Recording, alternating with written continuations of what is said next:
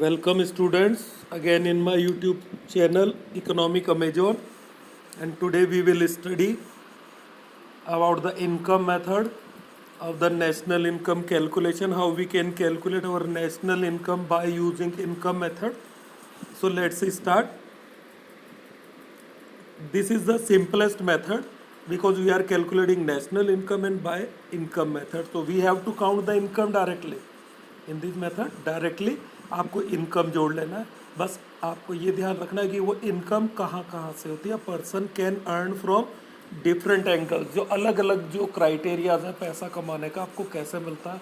काफ़ी पैसा डायरेक्ट मिल जाता है, कुछ इनडायरेक्टली मिलता है. Then we have to count. तो उन्हीं सभी को आपको जोड़ना है. तो आपके पास वो डायरेक्टली क्या आएगा, डोमेस्टिक कंसेप्ट आ जाएगा. डोमेस्टिक से फिर आप नेशनल में जाएंगे तो नेशनल कंसेप्ट में आपको net factor income from abroad जोड़ना है. Let's start. It is also called distributed share method और फैक्टर पेमेंट मेथड. इसके दो जो अलग नाम है अपने पास, एक तो डिस्ट्रीब्यूटेड शेयर जो मेथड हो जाएगा और दूसरा हो जाएगा फैक्टर पेमेंट वाला. ठीक, फैक्टर पेमेंट बिकॉज जो इनकम होता है, अर्न इनकम होता है, वो सिर्फ और सिर्फ फैक्टर ऑफ पेमेंट को मिलेगा. ठीक, जो फैक्टर ऑफ पेमेंट में land, labour, capital, entrepreneurial skill आता है 4. डिस्ट्रीब्यूटेड शेयर सॉरी बिकॉज ये अपने जो सर्कुलर फ्लो ऑफ इनकम है उसका सेकंड पार्ट था. फर्स्ट में तो क्या होता है, वैल्यू एडिशन होता है, फिर उससे इनकम जनरेट होता है, फिर एक्सपेंडिचर मेथड आता है. तो ये सेकंड वाला फेज है जहाँ इनकम जनरेशन होगा. According to this method, national income is estimated in terms of factor payments. इसको फैक्टर पेमेंट में लेना है जिसमें आपके पास आएगा कंपनसेशन ऑफ एम्प्लॉय, रेंट आ जाएगा, इंटरेस्ट एंड प्रॉफिट. ठीक, टू द ओनर्स. अब इनके ओनर्स कौन होते हैं, लैंड, लेबर, कैपिटल के. वो ओनर अपने पास हाउस होल्ड होते हैं क्योंकि प्रोड्यूसर किस पे डिपेंड करता है, हाउस होल्ड पे. तो हाउस होल्ड लोग जो प्रोड्यूसर है उनको क्या प्रोवाइड करता है, ये फैक्टर. और फैक्टर है land, labour, capital, entrepreneurial skill of the factor. और बदले में क्या होता है, हाउस होल्ड को इनकम होता है. तो इनकम का जनरेशन हुआ. तो बस आपको वही इनकम जोड़ना है जो land, labour, capital, entrepreneurial skill को हुआ of the factor of production, land, labour, capital and enterprise जो है skill. During the accounting year sum total of factor income generated with in the domestic territory of a country by the resident and non resident. अब जो sum total होता है factor income generated with in the domestic territory में, तो वो resident का भी होगा, नॉन रेजिडेंट, दोनों का इनकम. पहले डोमेस्टिक कंसेप्ट निकालेंगे, बस फिर उसमें आप net factor income from abroad जोड़ देंगे तो वो नेशनल कंसेप्ट हो जाएगा. Net factor income from abroad is added domestic income to find national income. तो पहले आप डोमेस्टिक इनकम निकालेंगे, फिर उसमें NFIA ऐड करते आपके पास नेशनल कंसेप्ट आ जाता. What are factor incomes. अब वो फैक्टर इनकम क्या होती है देखो, कई बार पढ़ चुके, दोबारा देख लेते हैं. Factor income refer to the income earn by person as a reward of rendering his factor service. जो फैक्टर सर्विस का रिवॉर्ड होता है. अब जो फैक्टर सर्विस है अपने पास वो कौन कौन सी होती है, land, labour, capital, entrepreneurial. It may be in the form of ways salary.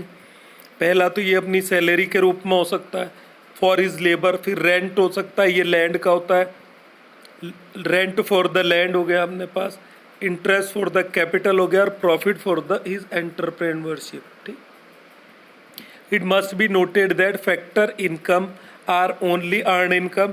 Factor income में आपके पास सिर्फ और सिर्फ अर्न इनकम आती है. Does not include any income which is not earn. मतलब इसमें वो इनकम आप कभी नहीं जोड़ेंगे जो नॉट अर्न, वो कमाई नहीं गई है, उस इनकम को नहीं जोड़ना. जैसे मैंने बताया था, आप किसी भिखारी को पैसे दे देते हैं तो वो उसकी अर्न इनकम नहीं है. सपोज करो आप मार्केट जा रहे हैं and you suddenly found 100 rupee note there, then that 100 rupee is not your income. It is only a transfer payment because it is totally unearned income. तो सिर्फ फैक्टर पेमेंट में अर्न इनकम को आप लेंगे. Not earn for which a factor service has not be rendered. ऐसा कोई भी पैसा जो बिना फैक्टर सर्विस के को दिए हुए मिला है तो वो आप ऐड नहीं करेंगे ना.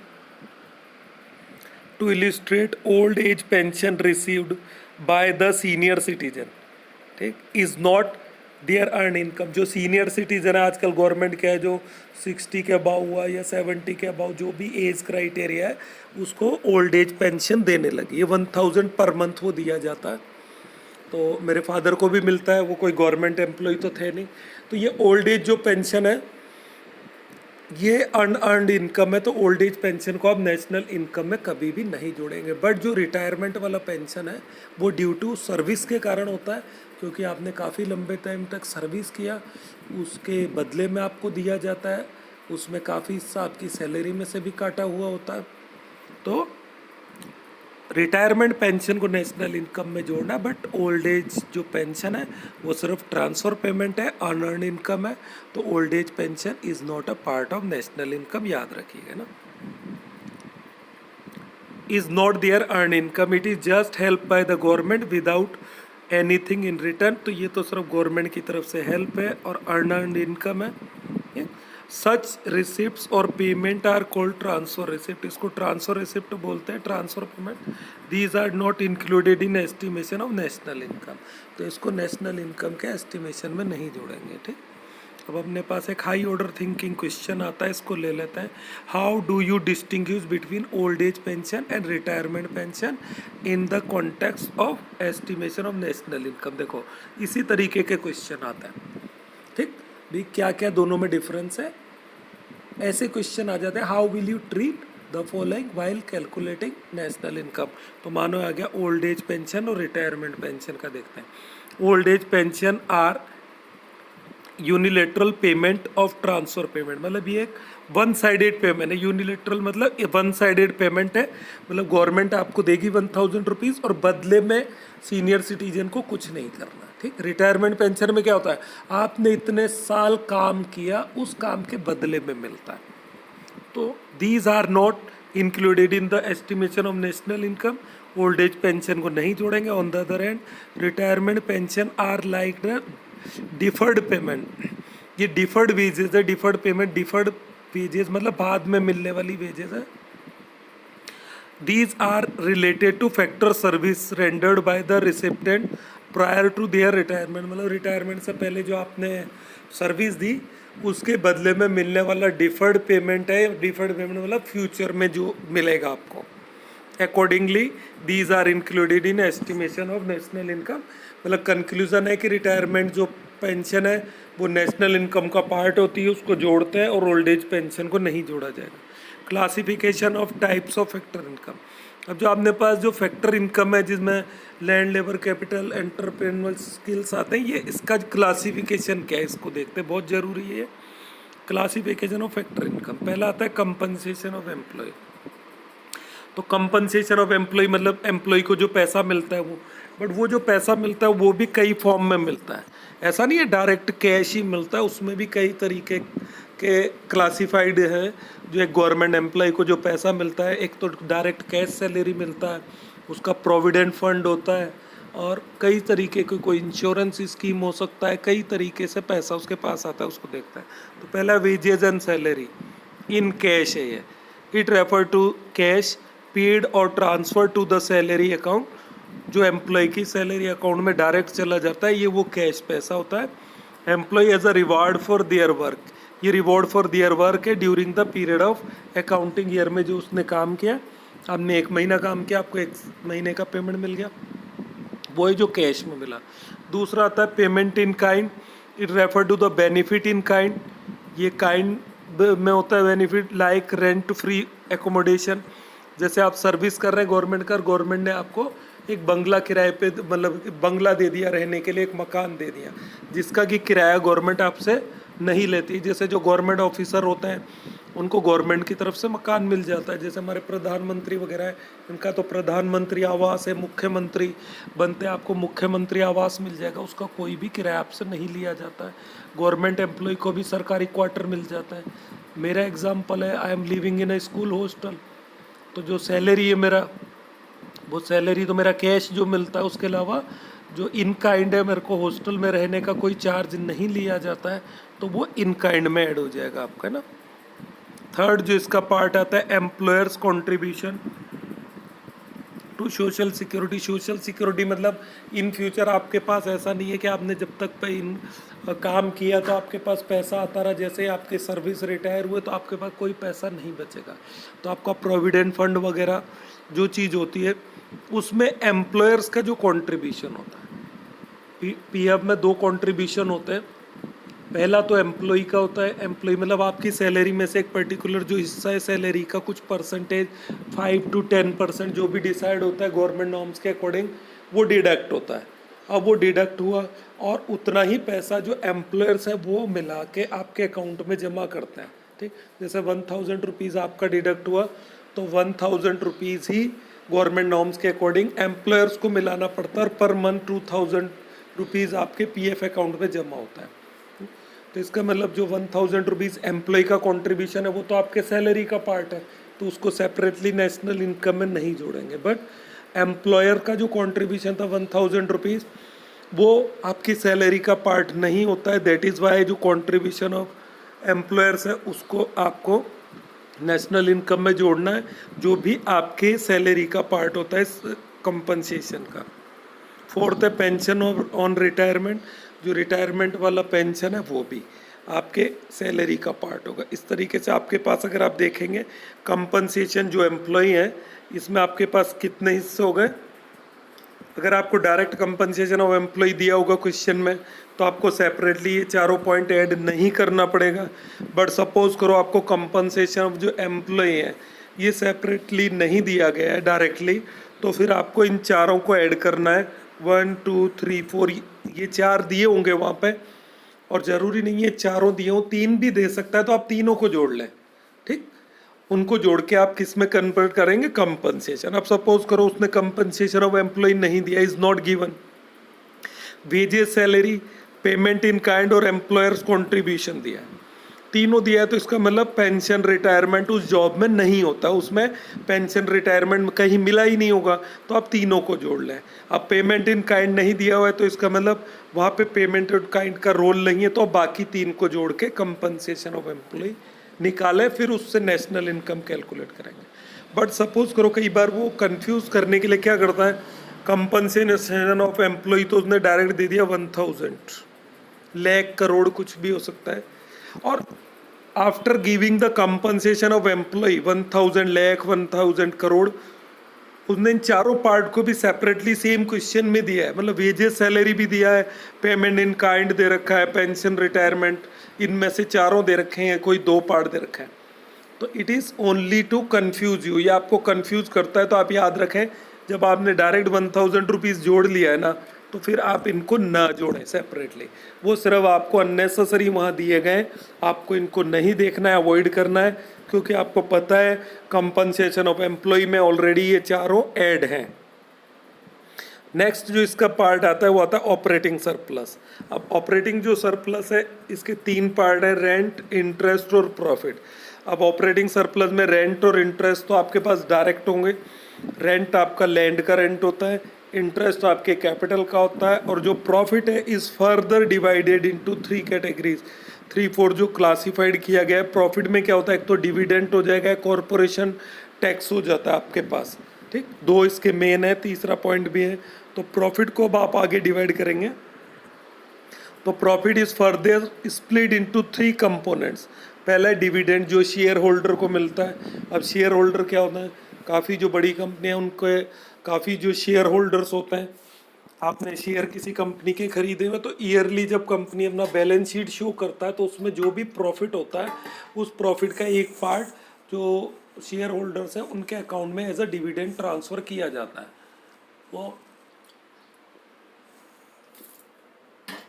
वो कंपनसेशन या जो भी उनको दिया जाता है वो डिविडेंड कहलाता है। सेकंड है कॉरपोरेट टैक्स, ये गवर्नमेंट प्रोड्यूसर से लेता है, उनके प्रोडक्शन पे जो भी उनका टोटल प्रोडक्शन होता है उस पे जो गवर्नमेंट को टैक्स पे करते हैं वो कॉरपोरेट टैक्स होता है। ये अभी रिसेंटली लास्ट ईयर गवर्नमेंट ने कॉरपोरेट टैक्स कम भी किया था। तो गवर्नमेंट ने जब कॉरपोरेट टैक्स कम किया तो काफ़ी क्वेश्चन उठे कि छूट तो गरीबों को देनी चाहिए, ये जो रिच बड़े प्रोड्यूसर हैं इनको क्यों दिया। तो अब हर कोई तो इकोनॉमिक्स समझता नहीं है, तो इकोनॉमिक्स वाले इजीली इस चीज़ को समझ ले भाई, कॉरपोरेशन टैक्स कम करने का मतलब है कि government want to motivate the production. जब प्रोडक्शन मोटिवेट होगा तो जॉब अपॉर्चुनिटीज़ क्रिएट होती हैं, वो गुड्स और सर्विसेज मार्केट में सस्ती आती हैं। जब सस्ती आती है तो अल्टीमेटली बेनिफिट किसका है? हम लोगों का, जो मैंगो पीपल्स हैं उन्हीं को बेनिफिट होता है। हमको कोई चीज़ सस्ती मिलेगी तो कम पैसा खर्च करना पड़ेगा, हमारी जो रियल इनकम है वो बढ़ जाएगी, परचेजिंग पावर मनी की। थर्ड इसका जो आता है, ये अपने पास गवर्नमेंट को पेड है, मैं पढ़ देता हूँ। That part of the profit which is paid to the government by the way of profit tax. ठीक, जो प्रॉफिट जो टैक्स होता है, जैसे कॉरपोरेशन टैक्स है ना, टोटल जो उनका प्रोडक्शन हुआ है उस प्रोडक्शन पे जो भी उन्होंने प्रॉफिट कमाया है ना प्रोड्यूसर ने, उस प्रॉफिट पे जो लगने वाला जो टैक्स है वो होता है। ठीक, तो उसको कम किया था उन्होंने।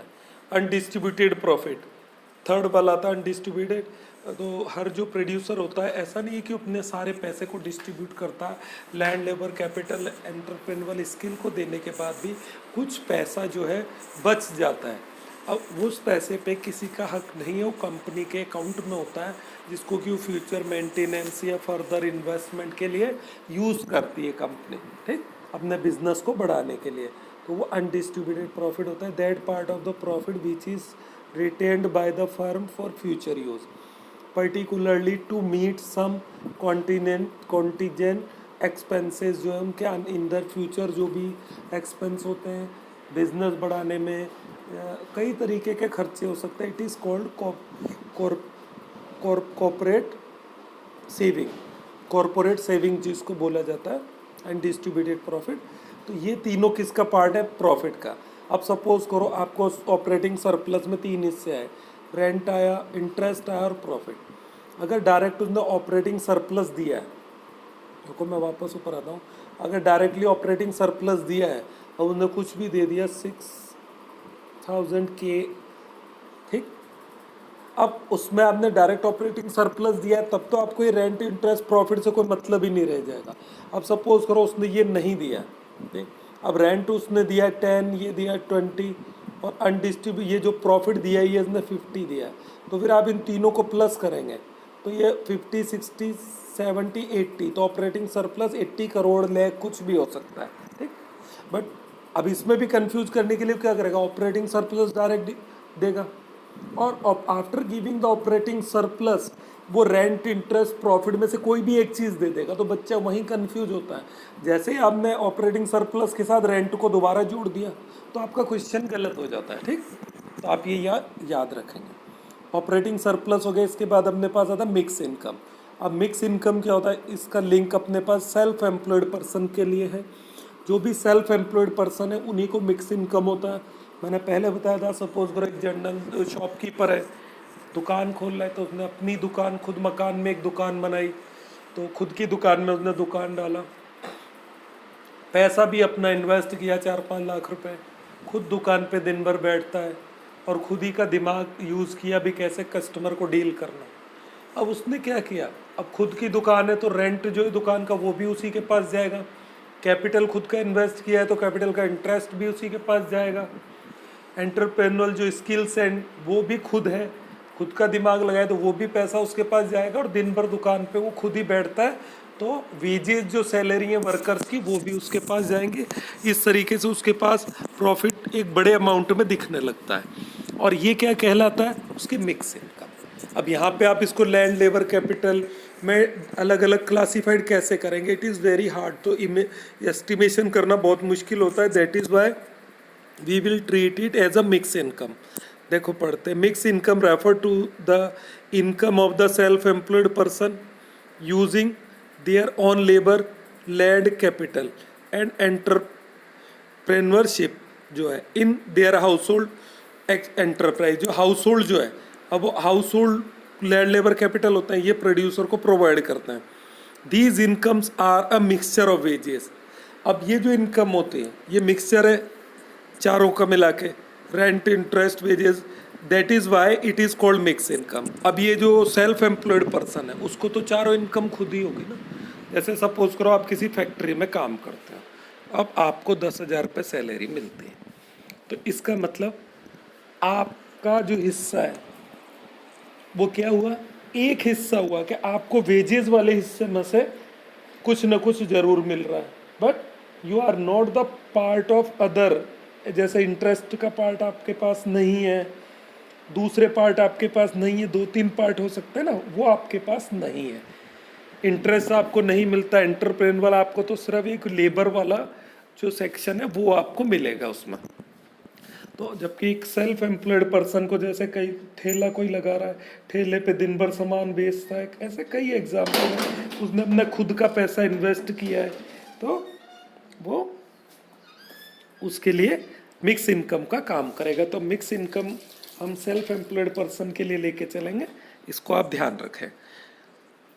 Mixed income refer to the income of the self-employed person using their own labor, land, capital and entrepreneurship in their household enterprise. These incomes are the mix. इसको मैंने दोबारा पढ़ दिया, अच्छे तरीके से समझ लें। Separate estimation of wage rate, interest and profit not possible because factor of production are not hired. क्योंकि वो दुकानदार कभी भी factor of जो production है उसको कभी भी वो hire नहीं करता है, इसलिए वो separate हो नहीं सकते, तो उसको मिक्स इनकम मिलेंगे। अब अपने पास क्या आता है, देखो जैसे आपने जिन सारी चीज़ों को ऐड कर लिया, किन किन चीज़ों को ऐड कर लिया, एक तो आपने कंपनसेशन लिया, ऑपरेटिंग सरप्लस लिया और एक मिक्स इनकम लिया। जैसे आपने इन चीज़ों को लिया तो आपके पास वो डायरेक्ट क्या आएगा, net domestic product and factor price आएगा। ठीक, अब ये मार्केट प्राइस पे नहीं आएगा, क्यों? क्योंकि आपने फैक्टर इनकम ही तो जोड़ा था इसमें। जब फैक्टर इनकम ही जोड़ा है तो क्या आएगा, फैक्टर कॉस्ट पे ही आएगा। तो यहाँ पे आपके पास वैल्यू एडिशन मेथड की तरह क्या होगा, डेप्रीशिएशन और जो नेट इनडायरेक्ट टैक्स है उसको माइनस नहीं करना पड़ेगा, क्योंकि नेट इनडायरेक्ट जो फैक्टर कॉस्ट पे निकाला है तो इसमें नेट इनडायरेक्ट टैक्स ऑलरेडी नहीं जुड़ा हुआ है। चलो इसको देखते हैं। तो अपने पास क्या आया, बॉक्स में दिया हुआ आपके पास, इनको ऐड करने पे आपके पास क्या आता है, एनडीपीएफसी।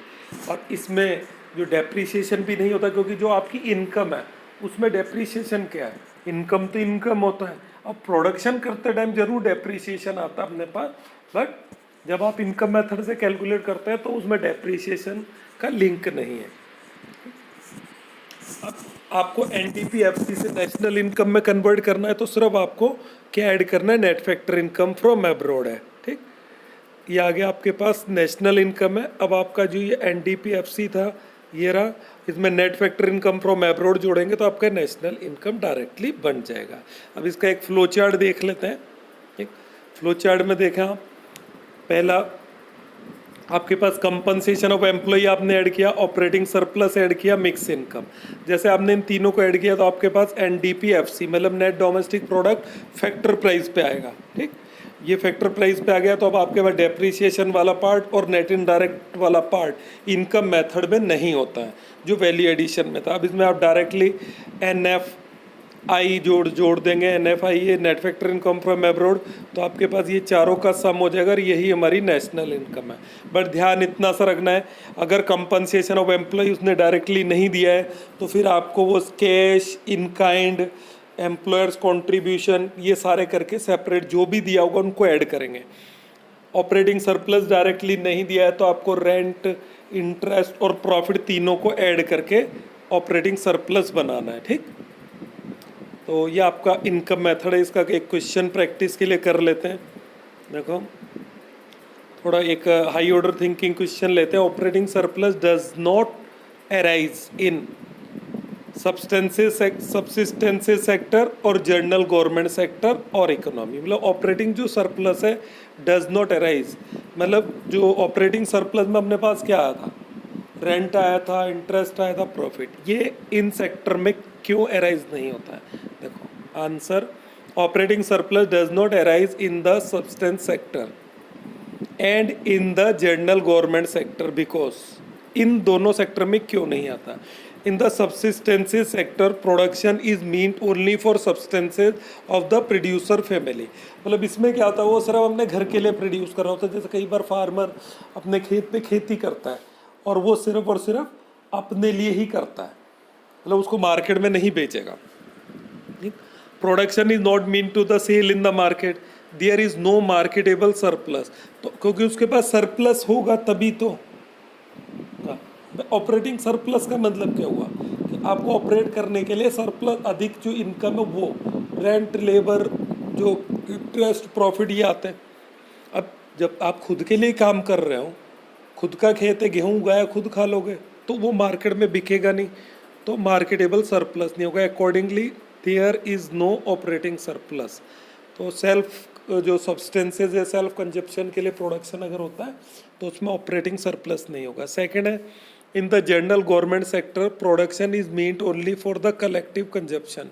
अब गवर्नमेंट का जो प्रोडक्शन होता है कलेक्टिव कंजप्शन होता है, और consumption by the general public. Goods and services are produce not for the sale in the market, और इसमें भी गुड्स और सर्विसेज मार्केट में बेचने के लिए प्रोड्यूस नहीं की जाती, but for general welfare of the people. ये गवर्नमेंट हमेशा लोगों का वेलफेयर देखती है इसमें।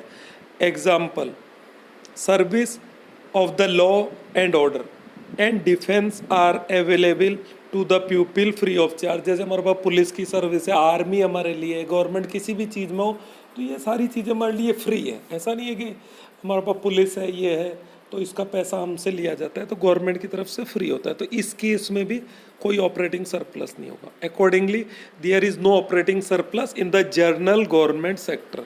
जनरल गवर्नमेंट सेक्टर है ये क्या, तो जिसमें एडमिनिस्ट्रेशन वगैरह का एग्जाम्पल आपके पास आता है। Now precaution regarding income method. Income method के जो प्रिकॉशंस हैं कुछ 6, 7 कुल 10 इसके हैं, फिर हम एग्जाम्पल करेंगे, इसको पढ़ते हैं। देखो पहला प्रिकॉशंस क्या है, मतलब while you are calculating national income by income method, तो क्या ध्यान रखना है, इसमें इंपॉर्टेंट क्वेश्चन बनते हैं। First, transfer earning like old age pension, unemployment allowance, scholarship, pocket expenses.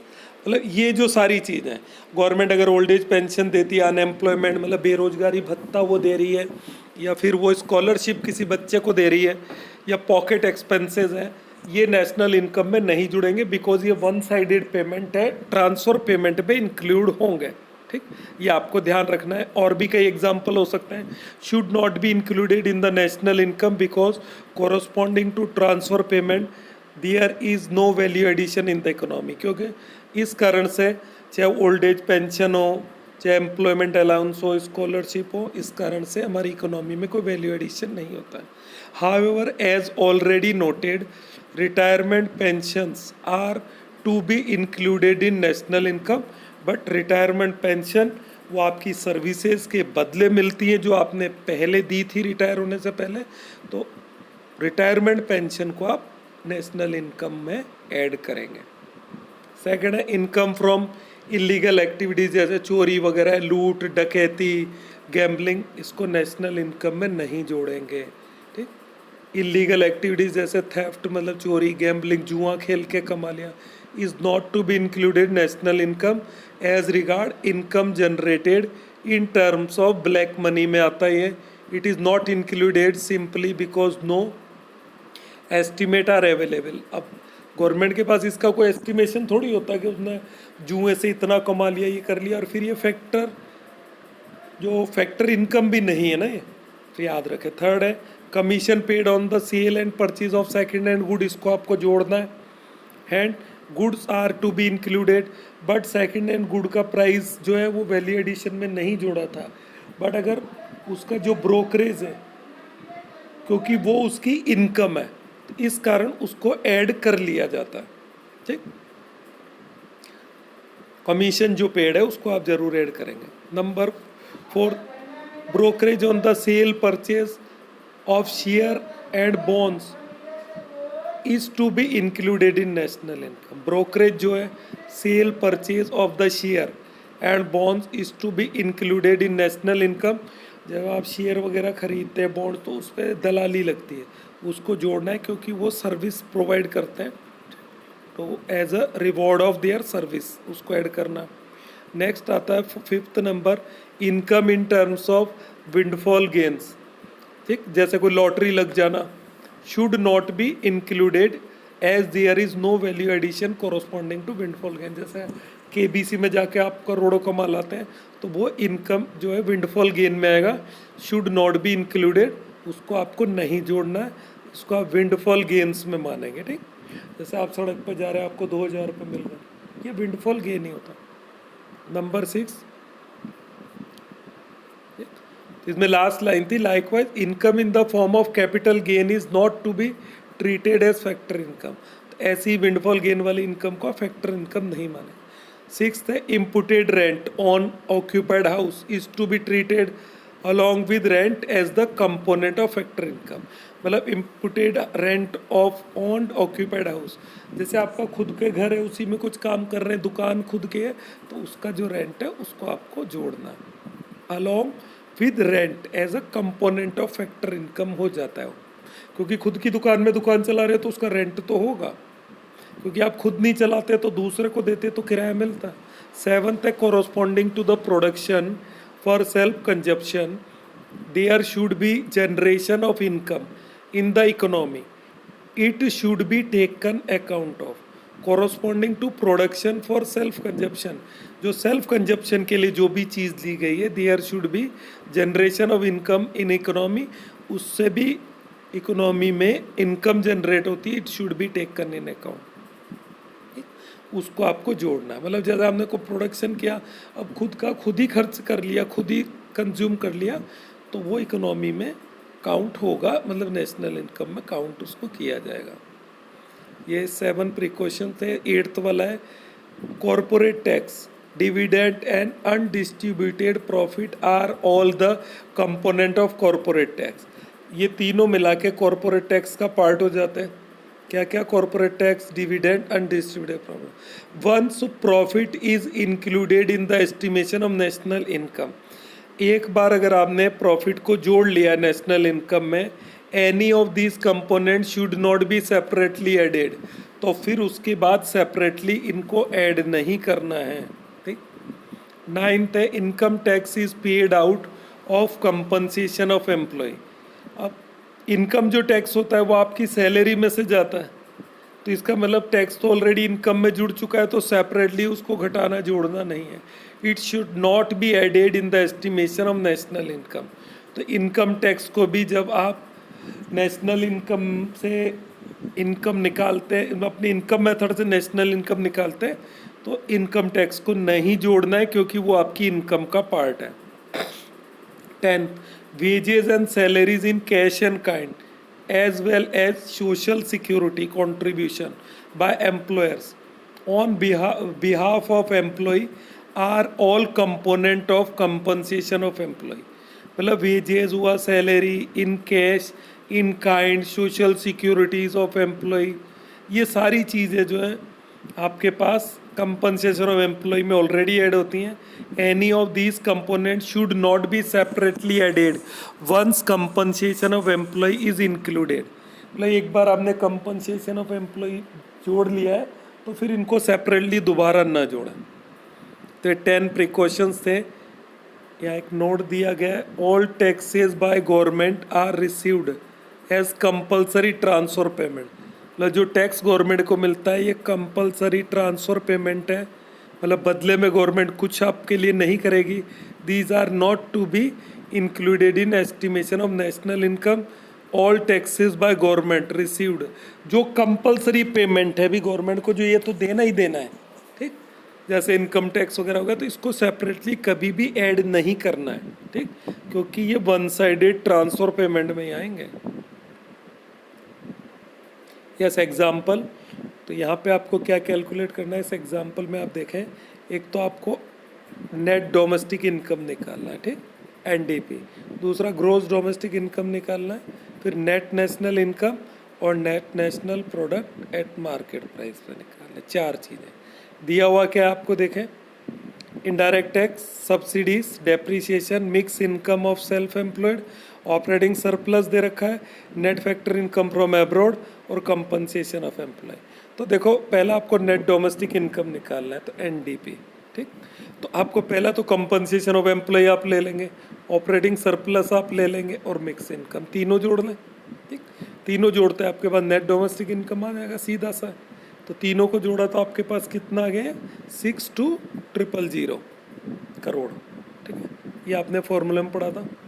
फिर आता है नेट डोमेस्टिक इनकम, आपके पास आ गया ग्रोस डोमेस्टिक इनकम।